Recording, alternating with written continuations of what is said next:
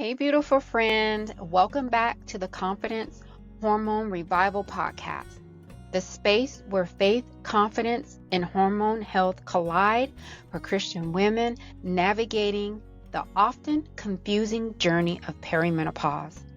I'm your host, Andrea Gonzalez, a certified integrative health coach and founder of Fruitfully Nourishing. Here, we dive into real talk about what's going on in your body, your mind, and your spirit, especially when it feels like everything is out of balance. If you're a woman 35 and older who's been wondering what's happening to me, you're in the right place. Today's episode is one I know many of you will deeply relate to. We're asking a simple but yet complex question. Why am I so tired in perimenopause? So if you're waking up already exhausted, you're drinking a lot of coffee by 10 a.m., or you're just flopping on the couch by 7 p.m., you're not alone and you're not lazy. This fatigue isn't in your head, it's in your hormones. So let's dive in. So perimenopause is the 5 to 10 years leading up to menopause. And it's marked by shifting hormones, estrogen, progesterone, testosterone. They're all fluctuating and often wildly from day to day. I am actually still, a woman that still has a period. I am in perimenopause. And I am definitely feeling the effects of it. I am on hormone replacement therapy, but before that, let me tell you, the brain fog, the everything, the exhaustion, it was just, I could barely work. So when it starts to affect your work and you're at work and you're just so exhausted, I know exactly how you feel. And guess what? One of the top symptoms is fatigue in perimenopause. So it's not just tiredness. It's can't get out of the bed fatigue, mentally drained by 2 p.m. fatigue, no energy to even want to socialize fatigue. And it can sneak up on you.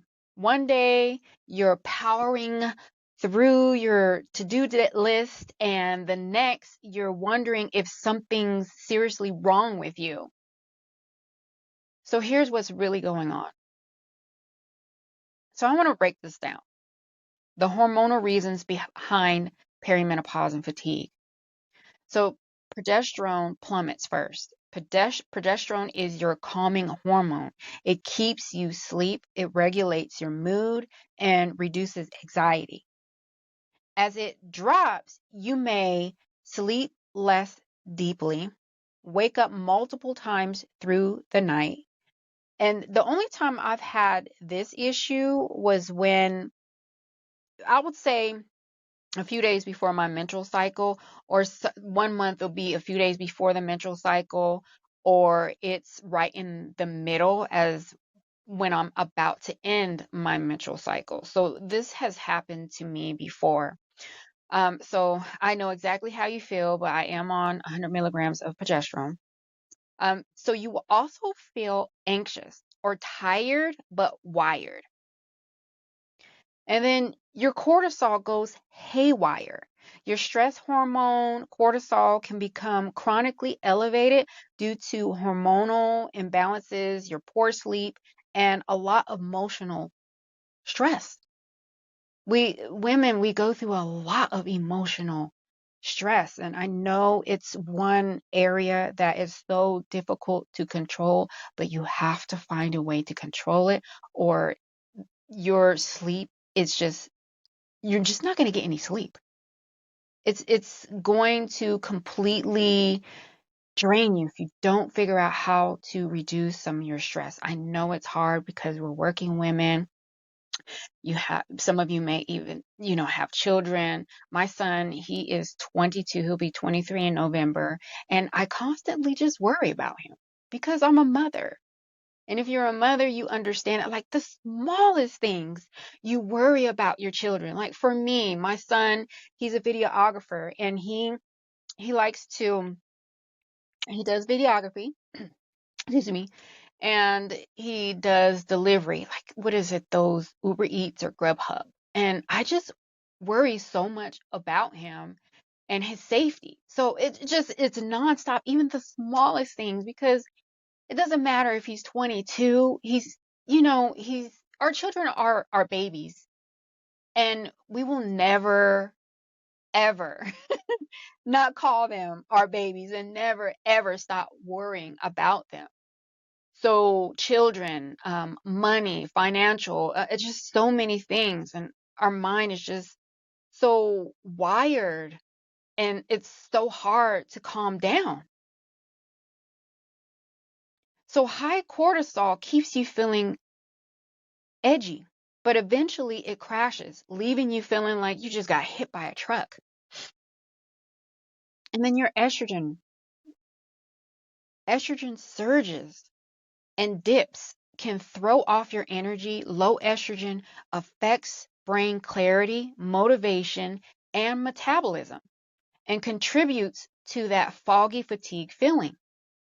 Then your thyroid slows down. Many women in perimenopause, they develop thyroid imbalances or autoimmunity like Hashimoto's, which can lead to low energy, thinning hair, weight gain, and cold sensitivity. So let's be honest, hormones aren't the only culprit. Some of the fatigue you're experiencing can also be worsened by how your body is handling, like poor sleeping, not getting enough sleep, restorative rest, blood sugar crashes from skipping meals or eating sugar heavy foods, caffeine overload. It can spike your cortisol and crash energy. Then you lack protein.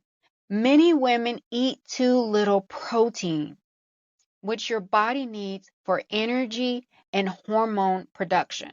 Some of you are not even hitting 100 grams of protein. I at least recommend 100 grams. Some will say 70 to 80 grams of protein. Bare minimum 100 grams, but you need to go up from there. And it depends on your goals as well. But we're not going to get into that. In my program, I will discuss that more, but try and hit 100 grams of protein. Then again, we're going to talk about that emotional burnout. You're juggling work, your kids, aging parents, spiritual dryness. It's no wonder we're tired, but girl, you don't have to live in this cycle. So let me offer you some hope and a few practical things you can begin today. Number one, you have to prioritize sleep hygiene. Go to bed at the same time nightly, limit screens an hour before bed, use magnesium glycinate, Epsom salt baths, or calming worship music before bed. And then you want to eat for hormonal energy. Balance your meals with protein and healthy fats and fiber. Then don't skip meals, especially breakfast. So here's the thing. I wanted to elaborate on that a little bit. There's so many women that do the intermittent fasting. And you know what? If it works for you, that's fine. But here's the thing. When you have hormonal imbalances, you don't need extra stress on your body. So when you are waiting too long to eat, that's actually putting stress on your body.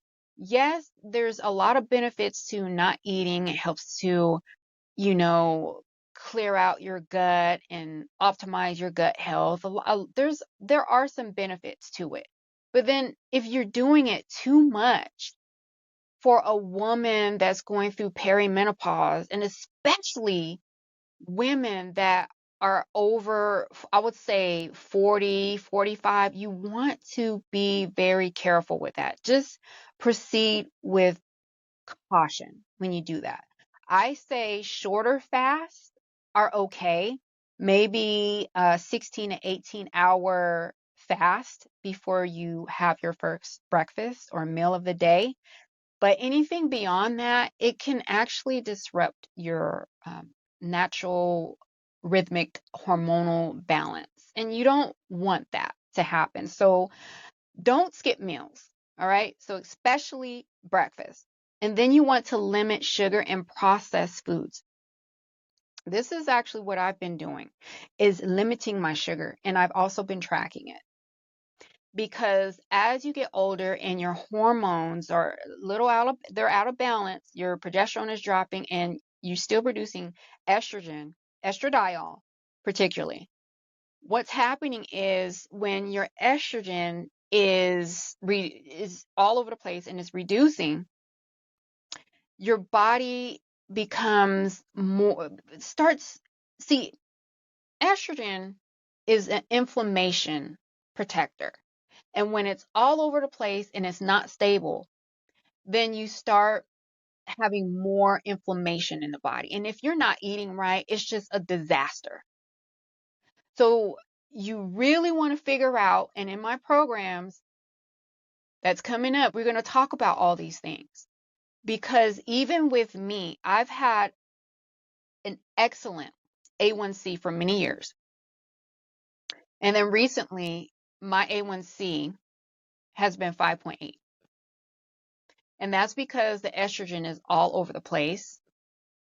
What has been helping me is limiting my sugar, and either limiting it or none. Also my carbs. I monitor my carbs as well. So you want to be mindful of what you're taking in. So right now your body is battling these out of balance hormones in perimenopause. See, when you're in menopause, all of these I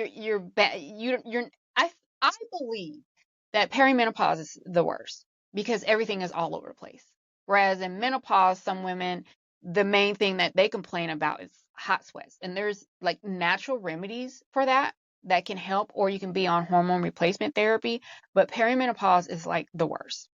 So if you're in menopause, you probably um so excited or so happy that you have gotten over that hump, and I know that you don't miss it. Then another thing, you want to support your adrenals. Start your morning with gentle movement, not your phone. Try deep breathing, prayer, journaling, or a short morning walk. Cut caffeine down to 1 cup, and never on an empty stomach. Never, ever, ever. That increases your cortisol. It's like, oh my gosh, the worst thing that you can ever do. And it would be nice if you can switch out that cup of coffee for either matcha. Matcha is really good for balancing the hormones. And you can add ashwagandha in there. You know, they have drinks with ashwagandha, different things. And even green tea, decaffeinated green tea, or even just a green tea, it would be sufficient enough. But if you have to have your caffeine, go for it. But I do not recommend caffeine at all. If your hormones are optimized and you're eating for your hormones, actually, you would not even need to have a cup of coffee in the morning. Because I was a heavy coffee drinker. I would go to the 7-Eleven and get me this blueberry coffee before I go to work, and it was so good. So I know how it feels to just let it go. And I know some of my ladies, some of my clients are like, I will never let caffeine go. So just try matcha and see how you like it. And then in my program, I will recommend alternatives to caffeine that you can have. And then you want to track your cycle and symptoms. Your energy dips may follow a pattern. So track it. Awareness equals power. Remember that. And then get your labs checked. Fatigue could point to low iron or ferritin. I actually went through that, having low iron and ferritin. Vitamin D deficiency, we're not getting enough. Bare minimum is 5,000 with vitamin K2. You want to take that with vitamin D. And there's also another one as well. We'll get into that in my program. And then you want to make sure your B12 is optimized for folate issues, your thyroid imbalances, hormone levels, estradiol, progesterone, and testosterone. I like to see ladies, their testosterone between 40 and 70, and nothing higher than that. Anything lower than that, low testosterone can also contribute to low energy as well. So we do need a small amount of testosterone that your doctor can prescribe to you. So if you're not sure what labs to ask for, I include a full guide in my free download coming up in a moment. So I want to remind you of something so important. Your worth is not measured by your productivity. Even if you need more rest right now, even if you feel like you're not doing enough, God is still working in you. Isaiah 40:29 says, He gives you strength to the weary and increases the power of the weak. Lean into Him. Rest is not a weakness. It's a divine invitation. Your body isn't betraying you. It's asking for attention, nourishment, and care. You're not lazy. You're not broken. You're transitioning. And with the right support, you can feel vibrant again. If this episode resonated with you and you're ready to finally get to the root of your fatigue and start feeling like yourself again, I've created something for you. And it's a free download. And that is How to Eat for Your Hormonal Health. That has different recipes, help jumpstart your weight loss. It has different skins because endocrine, if I could say that right, disruptors in our products as well. And then, see, when you download this free guide, you will be added to my list. And I'm working on a program, and it's a course. It's a self-paced course. And this course, we're going to go over the symptoms that a lot of perimenopausal women are going through. And I'm going to address them, the different supplements. There's a lot of women that have a lot of brain fog, itchy ears. I've actually experienced that myself. So I have different solutions that you can try to help you with different symptoms that you have, natural solutions, and also medications that you can ask your doctor to use. If you try the natural solutions, that will be the other route to go. Hair loss. Mostly I hear most of my women have issues with fatigue, insomnia, weight gain, that belly fat. You just don't feel like yourself anymore, right? When you look in the mirror, you're like, what's going on? I even felt that way too, a little bit.